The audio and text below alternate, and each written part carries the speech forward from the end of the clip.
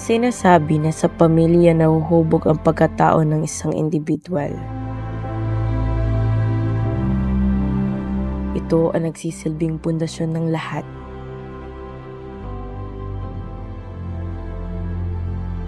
Dahil dito, naisipan ng aming grupo na magtanong sa mga taong aming nakasalubong.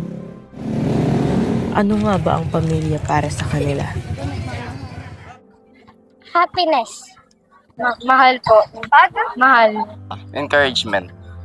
Helpful po. Kung matawag na pamilya, may tatay, may nanay, may anak. Sa akin ang pamilya, para sa pagtanda mo, may mag-aaruga sa'yo. Kaya sa pamilya, kailangan sa isang tao, sa isang pamilya yung ayos. Ang bawat isa sa atin ay may kinikimkim na suliranin. Problemang gusto natin ay may kasama sa paglutas, tulad ng isang magulang. Pero paano kung ang mismong mga magulang na ito ang nagkaroon ng problema?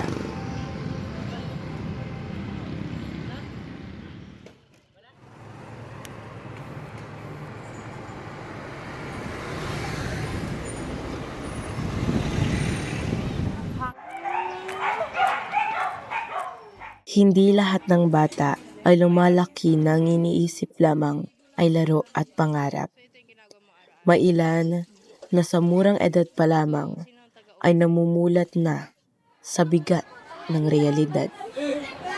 Ngunit sa bawat pamilyang may pinagdaraanan ay may pinagmulan.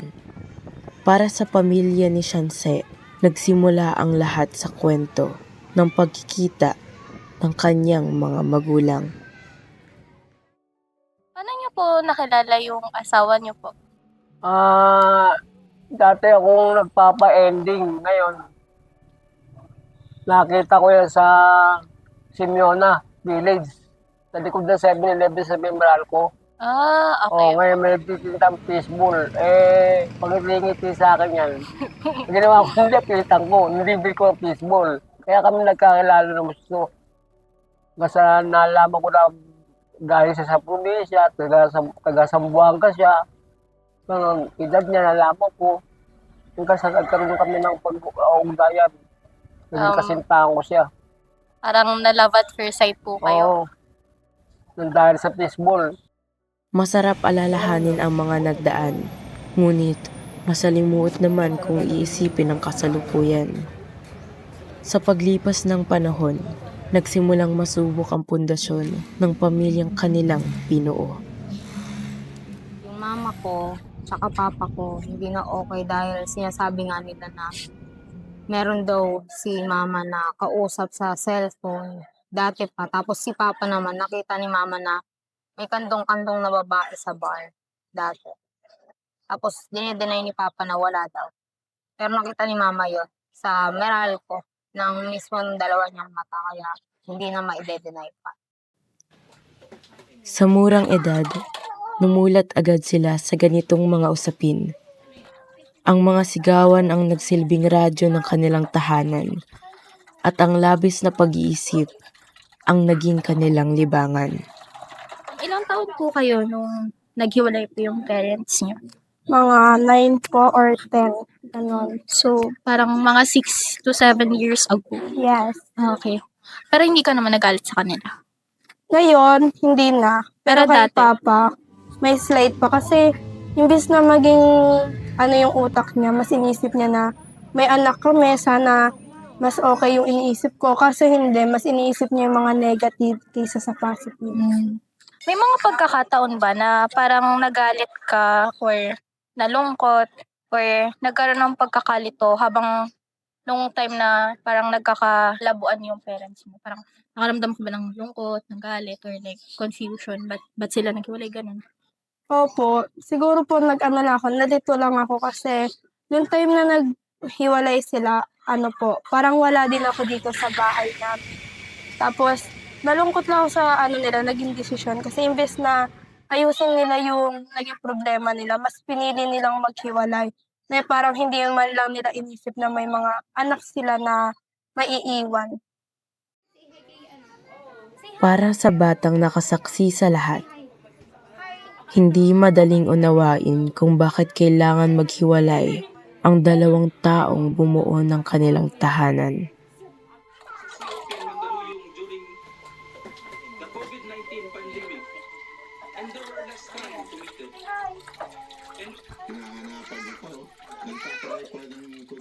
Okay ka lang ba sa naging desisyon ng mga magulang mo? Hindi. Kasi naging unfair nga yung nangyari. Kasi nga, si mama, buo nga yung pamilya nila. Tapos si papa buo din. Tapos kami nararanasan namin ngayon. Hindi kami buo. Tapos, ano pa kami, wala pa yung magulang namin sa isang bahay. So, hindi talaga okay. Para po sa inyo, okay lang po ba yung naging desisyon ng parents niyo? Nung una po, hindi. Kaso nung tumagal-tagal na po, wala naman na kaming choice sa gusto nila. Kaya na lang po yung ginawa niya. So parang naging okay na lang din sa inyo. Opo. Tsaka nakikita din naman po namin sa side ng nanay ko na masaya siya sa kung ano yung gusto niya. Magkaiba man ang kanilang paraan ng pag-unawa sa nangyari, iisa ang pinanggagalingan nito, ang karanasang lumaki sa isang pamilyang unti-unting nagbago ang anyo. Natuto rin silang tanggapin ang mga desisyong hindi nila kailanman pinili.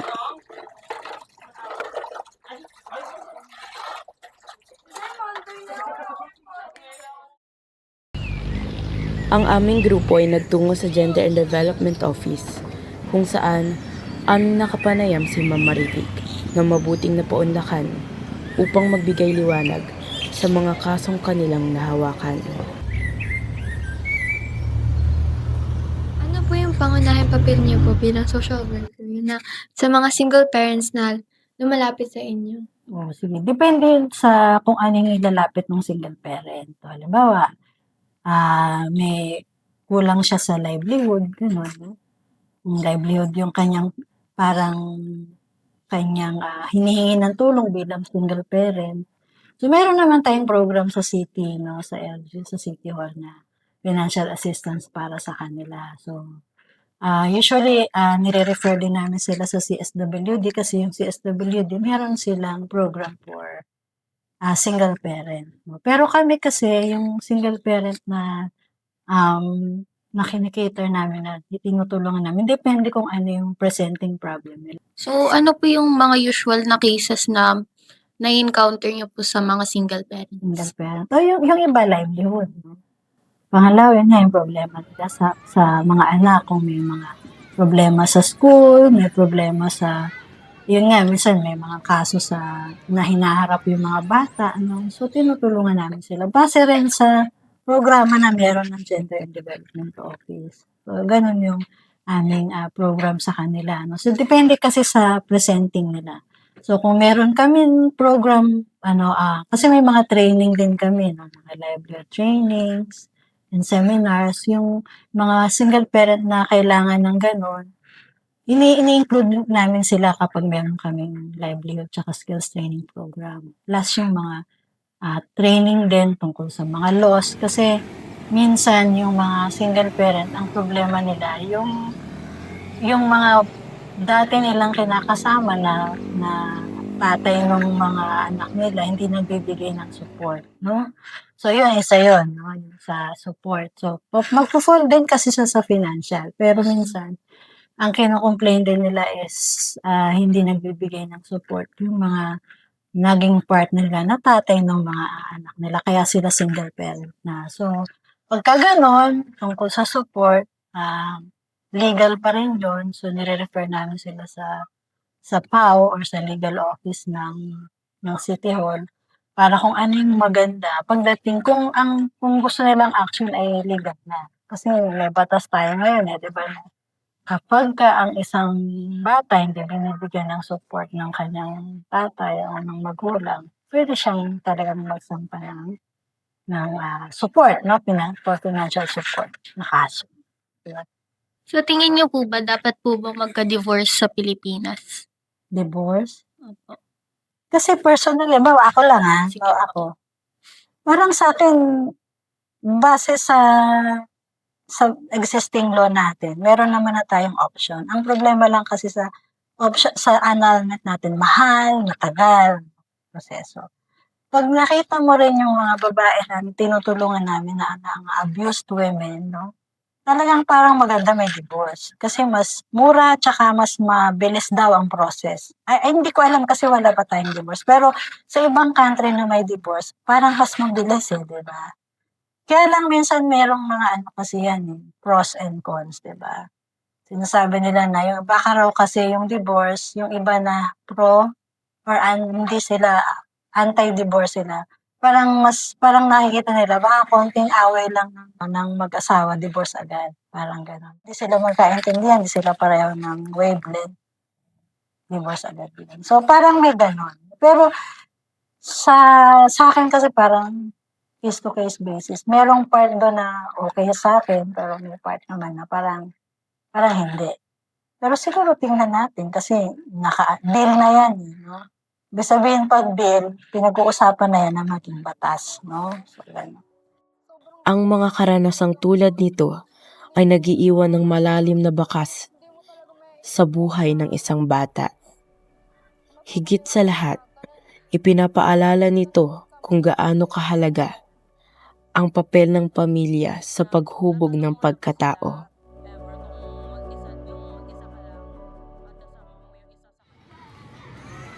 Ayon sa kamakailang survey ng World Health Organization, mayroong humigit kumulang 15 milyong single parents sa Pilipinas at mahigit 14 na milyon o 75 bahagdan sa kanila ay mga babae.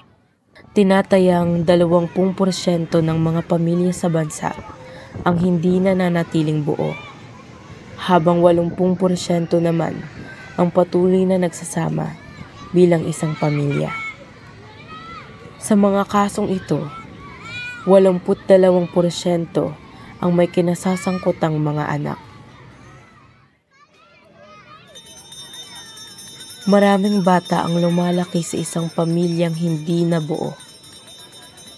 Ngunit sa kabila ng lahat, iisa pa rin ang hangarin ng bawat magulang na maramdaman ng kanilang mga anak ang pagmamahal, pag-aaruga, at gabay na nararapat para sa kanila. Madami po bang incident na nangyayari kapag yung bata po lumaki po siya sa chaotic na family or single parent? Ganun. Meron din gano'n. Actually, kasi minsan kahit naman single parent, kung maayos naman din yung nanay o yung magulang or yung tatay, kahit single parent sila, okay naman, wala naman nagiging problema.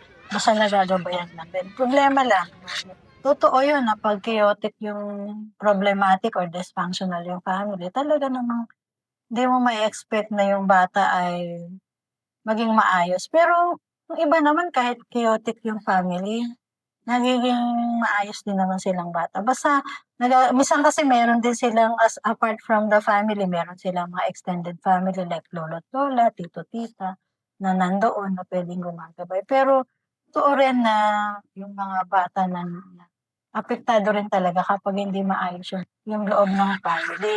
Ano po sa tingin niyo yung kailangan pang i-strengthen ng mga mag-asawa para po hindi po sila humantong dun sa part na maghihiwalay po sila? Para hindi maghiwalay. Actually lahat naman ng nag-aasawa dumarating sa stages 'no, dumarating sa panahon na talagang sinusubok yung kanilang pagsasama. Ang hindi lang siguro maganda siguro yung pagiging open ng isa't isa. Open ka na malaman na natanggapin ng partner mo yung ano yung ayaw niya, tsaka pareho kayo, vice versa. Pangalawa, siguro mas maganda na bago nag-aasawa din, yung talagang ready ka rin psychologically, emotionally, spiritually, financially, no? Kasi napakalaking responsibility ng maging parent, di ba, ng may asawa. Tingin ko gano'n, no? Kailangan, kung para maiwasan yung gano'n, siguro isipin mo muna, kaya ko ba to? Kaya ko ba magpamilya? Kaya ko bang mag-alaga at magpalaki, mag-raise ng isang bata, di ba? So siguro yun, ano pa ba? Yung siguro yan nga, open communication, willing kayo to grow na parehong mag-grow kayo as individual kahit na kayo ay mga may asawa na, no? Pareho, hindi kasi minsan nagiging parang exclusive na. Dapat pagkasawa kita, ito na lang. Ako, parang controlling, no? Hindi rin naman maganda yun, di ba? Ang pag-aasawa ay hindi gaya ng pagkain ng mainit na kanin na kapag napaso ay maaari mo na lamang iluwa. Ito ay isang desisyong dapat pag-isipang mabuti at paghandaan. Sapagkat sa pag-aasawa, hindi lamang pagmamahalan ng dalawang tao ang nakataya, kundi ang pamilyang kanilang bubuuin at ang mga anak na kanilang huhubugin. Balik ka sa panahon na okay pa yung mga magulang mo. Ano yung mga sasabihin mo sa kanila? Sana ganito lang tayo parate. Sana hindi mawawasak yung saya na meron tayo ngayon. Kung buo pa kami. Siguro ganun talaga yung Tsaka, susulitin ko yun yung ganun. Kung may babalik man yung ganong pangyayari. Susulitin ko yun kasi naramdaman ko yung pangyayari niyan. Dati pa talaga. Tas, malabo na yung samahan nila. Pero masaya naman sila na. Kasi nakakapagsimba pa kami dati ng buo. Ngayon hindi na talaga. Kung bibigyan ka ng chance na baguhin yung nakaraan, babaguhin mo ba? Oo. Parang anuin ko yung nangyari na iwasan yung away nila. Kasi ako sa bahay, takot kasi ako na mag-away sila lagi. Or dati din. Ang ginagawa kong way, pag nag-start na si Papa na nagpaparinig, iibahin ko yung kwento or magbibigay ako ng sitwasyon na matutuwa siya or magiging masaya siya para maibaling yung attention ng galit. Yung mawala yung attention niya na ibalik yung mga nangyari dati sa kanila ni Mama. Tapos parang magiging okay yun, hindi sila makakapag ng away. Kasi nga, iniiba ko yung kwento para lang hindi talaga sila makapag-away. Anong masasabi mo sa magulang mo kung harap mo sila ngayon? Kung masabi ko, magpapasalamat ako kasi binuhay nila kami. Pero parang hihingi din ako sa kanila ng siguro favor na na sana maging okay na sila ni Papa, ganyan. Kahit maging okay lang, kahit di na sila magbalikan. Kasi parang mapayapa na din yung pamumuhay namin para lang maging maluwag sa amin na wala kaming iisipin na may mag-aaway sa isang bahay kahit hindi na nakatira sa isang bahay yung dalawang pinaglalayo namin. Kasi pag naglapit sila or nagsagutan sila, mag-aaway. Kaya iniiwasan ko talaga. Anong masasabi mo sa mga magulang mo? Kay Mama, nagpapasalamat ako kay Mama kasi kahit na lumayo siya sa amin, parang nandito lang siya kasi kung makikita nyo, araw-araw naman siya pumupunta dito, nagsusustento pa din. Nagpapasalamat lang kay Mama kasi hindi niya iniwanan yung pagiging supportive niya sa amin ng mga kapatid ko, hindi niya iniwanan yung pagiging magulang niya, pagiging nanay niya, nandyan lang siya. Yung kay Papa siguro, baguhin niya lang konti yung sarili niya. Alam niya naman na tumatanda na siya at alam niya na hindi na talaga mabubuo yung pamilya namin. Kaya sana mag-grow pa siya as matanda na siya. Kasi si Papa hindi siya nag-grow sa mga nangyayari sa buhay niya. Nag-i-stuck lang siya doon sa bagay na masakit. Hindi niya iniisip yung pwedeng mangyari or yung mga bagay na mas maganda isa sa plano ni Lord. Mas lang siya nag-iisip. Kaya yun, sana sumabay lang si Papa sa pagbabago ng mundo. Sa pagpatak ng ulan, hindi lamang ang mga magulang ang naapektuhan, kundi maging ang kanilang mga anak. Sa kabila ng mga pagsubok at pagbabago sa kanilang pamilya, natutunan nilang harapin ang buhay na magkakasama. Tulad ng isang payong na nagbibigay silong sa gitna ng ulan, ang pamilya ay hindi lamang tungkol sa pagiging buo, kundi sa pagmamahal at pagkalinga sa bawat isa. Ang pamilya ay hindi nasusuko sa pagiging kumpleto, kundi sa mga taong patuloy na pinipiling manatili at magmahal sa kabila ng lahat.